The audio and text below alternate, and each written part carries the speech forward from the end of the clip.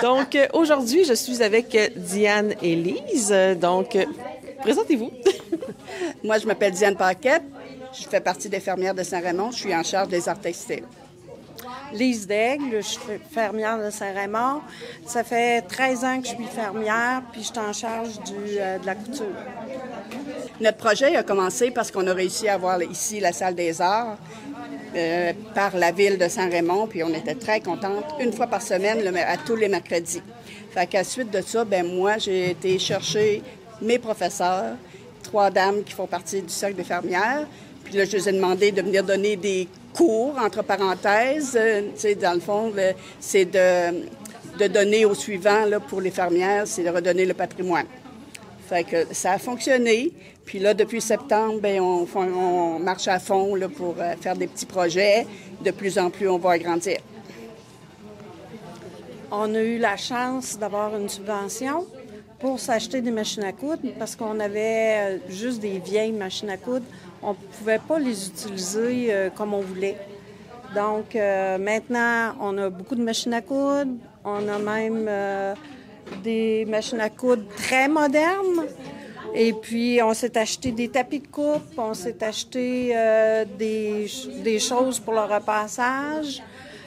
Puis, nous autres, ça nous comble, là. Pour l'instant, tout le monde travaille fort là-dedans. Donc, vous avez parlé de la table de coupe. C'est un outil essentiel pour la couture. Est-ce que c'est la première chose qu'il faut qu'on pense où qu'on s'installe pour faire de la couture ou il faut avoir notre projet d'avance? C'est quoi la première étape? Bon, la table de couture, on n'est pas obligé de l'avoir. Mais vu qu'on a des projets de courte pointe, là, si on fait de la courte pointe, ça nous prend notre planche de coupe avec notre couteau, nos règles pour pouvoir faire des choses qui sont très exactes. Il faut que ça soit au quart de pouce, nos coupes. En couture, on s'est fait un projet de napperon. Donc, ça a été utile. On l'utilise pour la couture, pour des petites choses. On a fait des sacs, on a fait des tabliers. Notre premier projet, on s'est fait un tablier. Et puis, là, on a tout taillé avec la règle et les tapis de coupe. C'est plus précis. Puis, je pense que tout le monde peut l'utiliser. Il n'y a pas de problème, là. Tout le monde est capable maintenant d'utiliser la règle avec le tapis de coupe et le couteau. Donc, c'est vraiment pour se simplifier la vie. Puis, il n'y a pas de coche dans le tissu, puis ça va mieux, là. Oui, ça va vraiment mieux. Même, là, on s'est acheté de très bons ciseaux, mais même avec de très bons ciseaux, on peut faire une petite coche. Puis ça n'arriverait pas dans les courtes pointes, on ne pourrait pas l'utiliser, les morceaux. Ça ne serait pas assez précis. Donc, on utilise le plus possible le tapis de coupe et les règles. Donc, le choix des projets, c'est personnel à chaque fermière ou c'est des projets collectifs, tout le monde fait la même chose? C'est plus de projets collectifs. À chaque semaine, nous autres, quand on a fini un projet, on dit, bon, est-ce qu'il y a quelqu'un qui aimerait avoir quelque chose là, de spécial? Bon, ben là, il y en a une a dit, moi, j'aimerais ça avoir des napperons avec un zipper. Bon, ben là, OK, tout le monde est d'accord, on fait un napperon. C'est pas plus compliqué que ça. Et bon, ça va peut-être le devenir plus compliqué, là, mais peut-être qu'aussi du monde va se rajouter ou on va perdre du monde. Ça dépend de l'intérêt de chacune, là, mais à date, là, on s'entend très bien pour les projets, puis on fait ça à la bonne franquette. Donc, les projets sont affichés dans le groupe des fermières, puis ceux qui veulent participer viennent, ou c'est tu viens, c'est ça qu'on fait, c'est ça que tu fais? Il n'y a aucune obligation. On a un site Facebook que les fermières communiquent des projets, puis le groupe du mercredi a son propre groupe. Puis s'il y en a qui ne sont pas venus, ça fait longtemps, bien là, elle nous pose des questions sur le groupe Facebook. Puis on répond à ces questions comme il y en a qui savaient pas que ça prenait une fermeture éclair de 12 pouces. Puis ça faisait 3-4 fois qu'elle venait pas. Fait qu'elle nous a posé la question. Il a dit, ça te prend 2 tissus, une fermeture éclair pour apprendre à poser la fermeture éclair parce que c'est pas tout le monde qui sait poser une fermeture éclair. Et puis, après ça, elle est arrivée, elle avait toutes ces choses à cause du groupe du mercredi qu'on a formé. Puis ça, c'est toutes les fermières qui peuvent embarquer dedans. Puis notre réunion par mois, mensuelle, bon là, on montre nos choses qu'on a faites. Puis ça incite d'autres fermières à venir. On a commencé, on était 12 environ. Puis là, on est rendu à presque 24. On est presque 24. Donc, en montrant les choses qu'on fait, ça incite les autres fermières à venir. Puis les personnes sont vraiment surprises de ce qu'ils sont capables de faire. Il y en a qui n'ont jamais rien fait là, de couture, de broderie, de n'importe quoi. Ils sont vraiment surpris de le savoir. Donc, ils ne sont pas obligés d'avoir une base dans le projet qu'ils vont faire. Ils peuvent apprendre de zéro, là. Oui, ils partent de zéro. Si quelqu'un n'a jamais cousu avec une machine à coudre, on lui montre à l'enfiler pour qu'elle soit autonome après ça. Elle commence, puis on ne travaille pas pour eux autres. Au début, on était portés à travailler pour eux autres, mais maintenant, on les laisse faire leur couture. Puis, leurs erreurs, ils ramènent la semaine suivante, on corrige, puis le projet se termine. La plupart sont satisfaites. C'est sûr que les premiers temps, on défait et on refait. Comme aujourd'hui, sur mes napperons. On fait des ajouts. On fait des ajouts, puis pour que ça soit... pour que tout le monde aime son apron, ces choses. Donc, est-ce que vous partez d'un modèle, est-ce que vous avez un plan déjà d'avance ou c'est avec l'expérience que, genre, je le fais comme ça, puis on va arriver à quelque chose, ou il faut vraiment suivre un guide? On fait des petites recherches, là. On a tous des livres de couture. Ben moi, j'avais un livre de couture quand j'étais jeune. Et puis, je regarde là-dedans, ça me donne des idées. Je regarde sur Internet. On pratique. Comme cette semaine, j'ai pratiqué des choses à faire pour être sûre de m'en rappeler, pour leur montrer. Mais c'est comme ça qu'on fonctionne. Des cours qu'on a eus quand on était plus jeunes, on se rappelle. On a vraiment des bonnes madames pour nous aider, là. Franchement, là, moi, je suis très fière de ma réussite. Bonjour, moi, mon nom est Margot. Je suis fermière ici à Saint-Raymond-de-Penche, je pense, depuis 2 ans. Anciennement, j'étais au Cercle des fermières de Saint-Jérôme, parce que j'habitais dans cette région-là. Je suis de retour dans la région. Ici, mon rôle, c'est comme avec les autres professeurs, Lise et les deux Lise. J'enseigne la couture aux membres des fermières. Donc, on a beaucoup de plaisir, on apprend beaucoup de choses, puis on se met au niveau là, des fermières, où ce qui sont rendus. On les amène plus loin, selon leurs besoins. C'est à peu près ça. Donc, pendant qu'elle va chercher l'autre tissu, est-ce que le choix du tissu est bien important par rapport au projet qu'on fait? Bien, je dirais qu'ici, on va utiliser plus du coton. Parce que c'est plus de la décoration, c'est plus des projets décoratifs, des sacs, des petits coffrets, des étuis, des napperons, puis tout ça. Fait que ça va mieux avec le coton. Parce que le polyester, quand on essaie de le repasser, ça fait pas de pli, tu sais, on peut pas plier correctement. Donc ici, on utilise plus le coton, puis on essaie beaucoup de recycler les matières. Moi, en tout cas, j'essaie, parce que le coût de la matière est rendu très dispendieux. Quand on va avoir un projet spécifique, comme pour Noël, on est allé acheter du tissu de Noël, parce que c'est plus difficile à trouver. Mais pour l'ensemble des matières, on essaie de privilégier la récupération des tissus. Fait qu'on utilise le coton. C'est plus courant à trouver, puis plus multifonction. Fait que moi, au début, on laissait les fermières couper à peu près approximativement, mais là, quand on a su qu'on pouvait avoir du bel équipement, on les incite à propulser leur projet encore un petit peu plus loin, avoir encore une plus belle qualité de finition. Donc, on s'assure que c'est coupé droit. Fait qu'on a les tapis avec les belles règles puis les ciseaux rotatifs. Puis, on a montré la semaine dernière comment bien couper droit nos tissus. Donc, on peut arriver avec un tissu, qui est tout à fait croche, puis on veut en faire un beau carré. Puis vu que c'est un tricot de coton, il roule vers l'intérieur. Fait que pour être capable de bien le couper, on va l'installer dans le sens qui roule pour être capable de bien travailler. Donc, en début, on va dire, on prend la règle, on fait une coupe droite en quelque part. On va bien tenir notre planche, notre règle. On coupe. Donc là, on est sûr qu'on a une belle ligne droite en partie.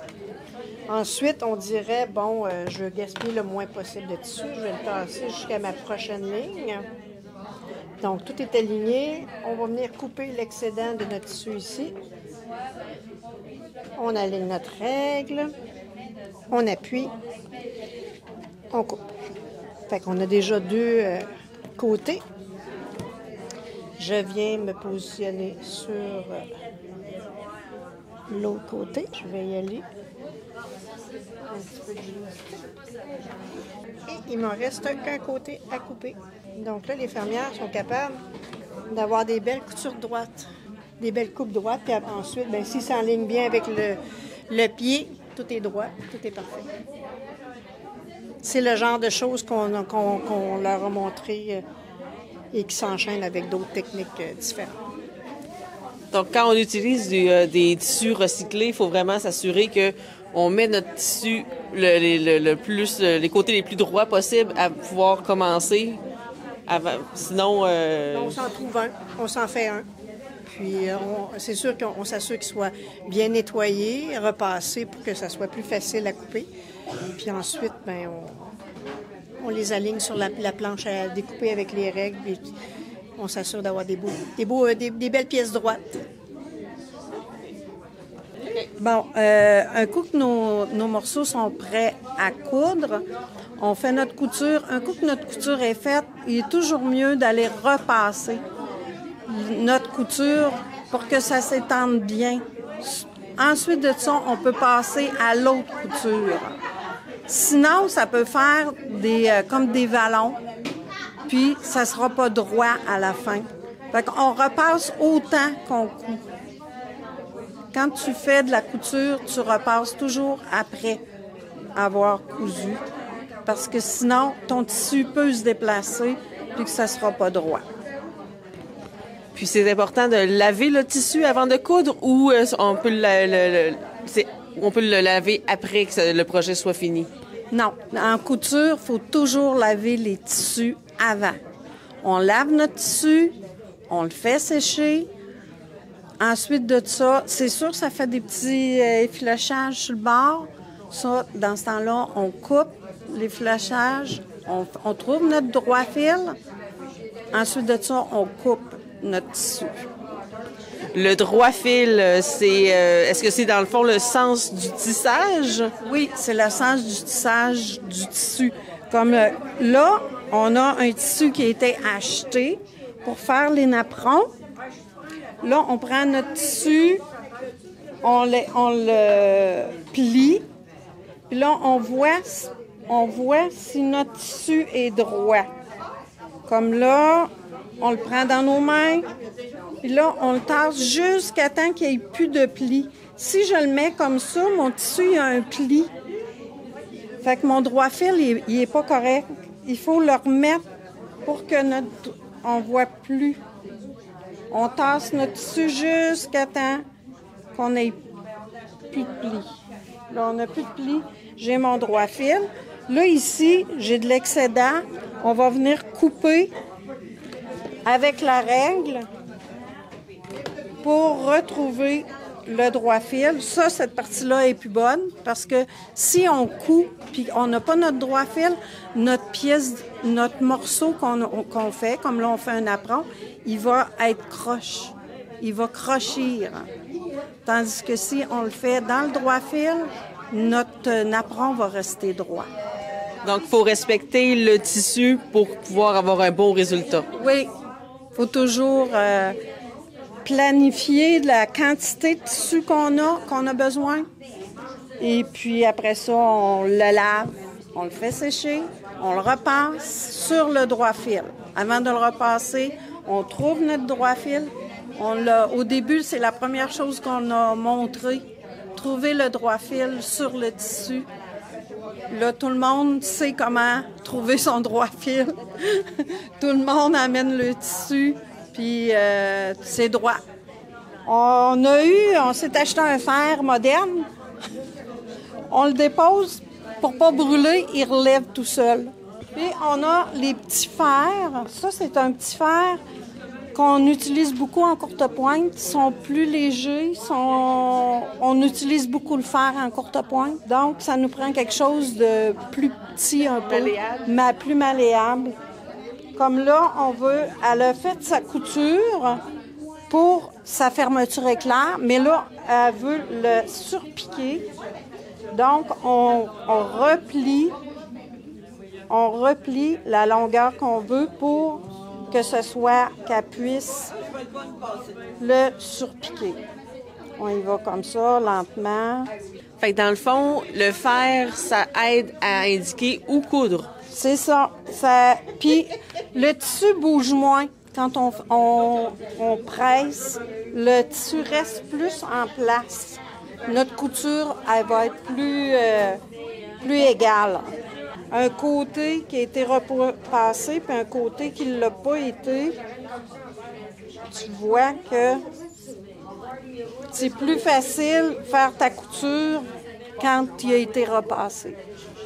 Parce qu'on a l'impression que c'est pas du tout la même texture de tissu parce qu'il y a un côté qui a pas été repassé. C'est ça. Celui-là, il se tient mieux, puis on peut le coudre plus facilement avec... on va lui mettre des petites épingles pour pouvoir faire le dernier point. Ça, c'est une planche de feutre. C'est merveilleux pour la couture. Oui. Parce que quand tu repasses, la chaleur se propage en dessous et tu repasses en dessous et dessus en même temps. Fait que c'est un autre gâterie qu'on s'est payé. Il faut bien s'équiper pour faire des beaux projets. On est très bien équipés pour l'instant.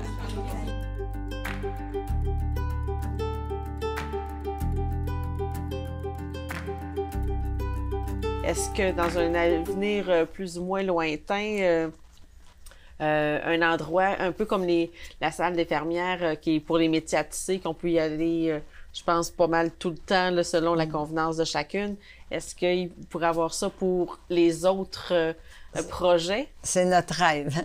Mais comme la raison, on ne peut pas trop demander toute la ville non plus. Tu sais, ils font le plus que le possible. Même là, ils font des grosses réparations dans la maison. On est après à agrandir par en dedans. Mais on le souhaite beaucoup d'avoir une maison ou une place qu'on pourra faire tout en même temps que les filles pour y aller le soir, le jour, la fin de semaine, pour coudre ou quelque chose comme ça. Ça, c'est notre rêve. Ou qu'on gagne 1 million, qu'on s'achète une maison. Ça serait notre gros rêve, ça, c'est certain. Mais on ne peut pas tout demander à la ville non plus. C'est tout le monde qui paie les taxes aussi. Hein? Fait que c'est certain. Mais ils font nos possibles, on est bien écoutés par la ville. Très bien, bien, bien, bien. Dans le Cercle des fermières de Saint-Raymond, il y a combien de membres actuellement? On est 104 membres.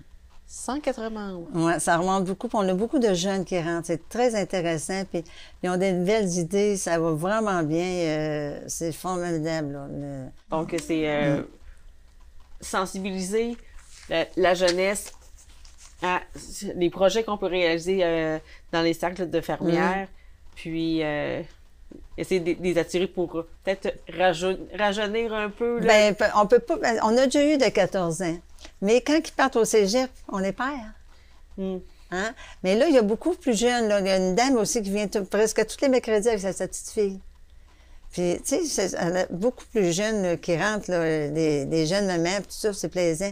Parce que avant, on était très âgés, mais notre sexe se rajeunit. C'est vraiment plaisant de les accueillir. Puis je trouve qu'ils se sentent accueillis. Tu sais, on le doit de donner nos opinions, puis on a le droit de prendre leurs idées aussi. Parce que avant, je sais pas, là, mais quand j'étais dans le CAR, moi aussi, elle disait le monde, là, quand ça arrive une nouvelle, dites pas « Oh non, elle est prise, Gisèle va venir. » Mais Gisèle ne vient pas parce qu'elle ne veut pas avoir quelqu'un à côté d'elle. C'est pas ça l'accueil. L'accueil, c'est le faire de recevoir, puis quand on voit qu'elle arrive tout seul, d'aller la recueillir, puis d'essayer de les installer avec un autre, tout ça, parce qu'il y en a qui viennent parce qu'ils ont entendu parler de nous autres, Ils n'ont pas de marraine qui appelle, là. Fait que c'est ça. Mais c'est beaucoup plus ouvert, je trouve, que les jeunes s'impliquent, c'est vraiment plaisant. On parlait tout à l'heure qu'il y avait le métier à tisser, broderie, tricot, crochet, couture. Est-ce qu'il y a d'autres types de projets qu'on peut apprendre là ou ça dépend des professeurs qui sont disponibles? Ça dépend des professeurs. Nous autres, cette année, on est chanceuses. On a nos professeurs chez nous. Parce que, justement, la Fédération de Québec-Portneuf, là, qui appelle, on avait toujours un atelier pour montrer les concours, comment c'est. Mais ils ont tellement de misère d'avoir du monde pour nous le montrer que des fois, on n'a presque pas. Même une chose, donc on n'a pas eu cette année parce qu'il n'y a pas personne. Mais nous autres, on a eu la SEC qui fait la couture, la broderie, le tricot. Franchement, là, puis même, là, ils font des décorations justement pour le marché de Noël. Là, puis... Non, les filles sont avec la salle, c'est effrayant comment ça a monté notre cirque. Tu sais, tout le monde peut participer. Comment tu sais pas tu as quoi si tu veux venir, puis t'es pas obligé d'être là de 9h à 3h. Tu arrives à 2h, tu repars, tu arrives à n'importe quelle heure. Puis là, surtout avec qu'est-ce qu'on va avoir reçu, là, nos machines à coudre, tout ça, là, ça va être formidable. Est-ce que le macramé, qui est un mot qu'on associe des fois avec les fermières, est-ce que c'est du passé ou c'est encore actuel? Je sais qu'ils n'ont eu une année, mais là, on n'a pas entendu parler. Je sais, moi, je l'ai déjà fait bien longtemps quand j'avais mon commerce, mais là, ne me demande pas comment le refaire, je ne saurais pas. Mais là, je ne sais pas. Si, disons qu'il y en a 2-3 qui arrivent, ils veulent l'avoir, mais on va essayer de trouver quelqu'un pour le montrer. Tu sais, s'il va y avoir d'autres choses que qu'est-ce qu'on montre, on n'est pas fermé. Je ne dis pas non, tu n'as pas dit pas oui, parce qu'il faut trouver quelqu'un pour le montrer aussi. OK. Et dans le fond, ça vient par vague puis ça vient par intérêt. C'est ça. S'il y a de l'intérêt pour apprendre une certaine technique dans un certain média, ben, on trouve le professeur puis on l'enseigne. Attends, je vais te montrer justement une nouvelle technique, là, que c'est ancien. C'est ça, c'est une murale macramée, là. Pas macramée, mais avec du tissage puis tout ça, on appelle ça, attends un peu. Technique tapisserie murale. Okay. Ça, on a déjà eu ça, il fait longtemps. Puis là, ça allait le concours de la Fédération de demande, là, provinciale. Donc, il y a des éléments qui reviennent. Qui reviennent. Des fois, ils vont chercher beaucoup d'affaires qu'on a déjà eues. Puis aussi, ça, à chaque fin de l'année, ils nous demandent des suggestions qu'on veut avoir comme concours. Fait qu'on met les suggestions, puis les autres, ils choisissent par qui a été plus demandé. Puis si ça fait longtemps, fait qu'ils nous font faire ça. Et dans le fond, tantôt, on parlait que c'était pour partager le patrimoine, pour pas que les connaissances se perdent, et puis équiper les femmes pour les rendre autonomes puis les sortir de la maison. C'est justement ça, oui. Est-ce que c'est encore actuel comme concept pour les fermières parce que dans le temps de la guerre, puis maintenant, on n'a pas... On n'a pas le même concept, non. Non, c'est ça. Non, mais c'est certain. Mais là, le monde, ils sortent plus qu'avant. Et puis, il y en a c'est quasiment le seul sorti. Il y en a qui sont tout seuls ou quelque chose. Des fois, tu as ton mari qui sort, vous sortez pas plus non plus. Mais là, c'est le soirée les autres, tu sais, là. Puis on a toujours notre souper de Noël. Puis en fin de l'année, on m'a dit, on fait quelque chose aussi. Fait que ça les fait réunir encore. Là, on va à la cabane à sucre. Tu sais, il y a toujours des petites choses sorties que le monde peut venir, puis ça lui fait plaisir.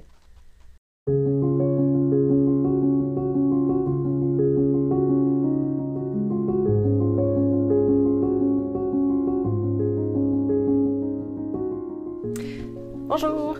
Donc, moi, je vais vous parler du projet que j'ai essayé de faire et le projet que je veux réaliser suite à ça. Dans le fond, moi, j'ai vu quelque chose sur les réseaux sociaux que je me suis dit « Hey, je trouve ça beau, je veux le faire. » Donc, j'ai sorti ma petite image. Dans le fond, c'est une couverture qui reproduit l'image qu'on voit quand j'étais plus jeune, à la fin des émissions pour dire c'est la fin de la programmation régulière.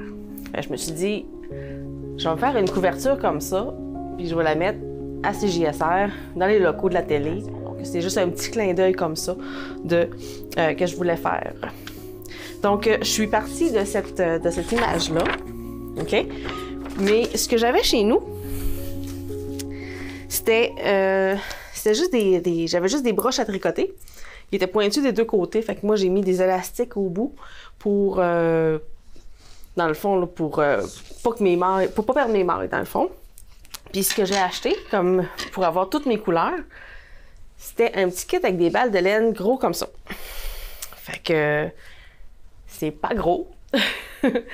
Ça n'a pas fait une grosse couverture. Puis avec des broches à tricoter comme ça, ben je pouvais pas non plus tricoter une trop grosse couverture. Donc ce que j'ai fait, c'est j'ai tricoté mon projet en parties, en sections, que j'ai assemblé par la suite. Et ça a donné un résultat un peu comme ça. Donc on voit ici là, les couleurs qui ont été faites séparément, qui ont été assemblées. Pour la partie du bas, je l'ai tricoté tout ensemble parce que je me suis dit que ça faisait un plus beau résultat. Donc, c'était un premier essai. C'est pas mal, mais c'est pas l'idéal. Donc, ce que j'ai fait pour remplacer ça, ce que je vais faire, c'est je me suis fait un plan. Donc, ce que j'aurais dû faire au départ. Je me suis fait un plan avec chaque couleur, le nombre de mailles que ça me prend, puis où mettre quelle couleur. Donc, j'ai fait mon plan.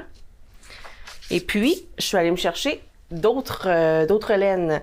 Mais cette fois-ci, je ne me suis pas arrêtée à la petite mini balle de laine. Je me suis arrêtée avec les grosses balles de laine. Je me suis dit, on veut une grosse couverture, on veut que ça vaille la peine. Puis on veut pas non plus tomber sur deux couleurs qui sont supposées être pareilles, mais comme c'est pas dans le même lot, la couleur est différente. Donc, une grosse balle de laine pour faire mon projet. Fait que dans le fond, ce bleu-là, il va faire la rangée et un petit bout ici.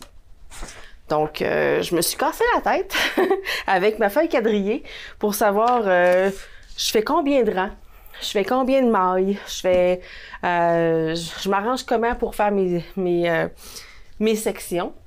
Puis, je pense être arrivée à un résultat qui est quand même pas si pire. Mais là, j'ai mon plan. J'ai toutes mes balles de laine. Mais je voulais pas me ramasser avec mes deux aiguilles à tricoter que j'aurais eu le même problème que la première fois de faire des rangées puis les assembler ensuite. Ce qui m'a amené à acheter l'aiguille à tricoter circulaire. Donc, l'aiguille à tricoter circulaire, ça va me permettre de tricoter et de ne pas perdre de maille, puis de tricoter quelque chose de plus grand. Donc, voilà. Donc, j'ai tout ce qu'il me faut. Donc, je vais pouvoir commencer mon tricot. Et je vais vous tenir au courant des résultats.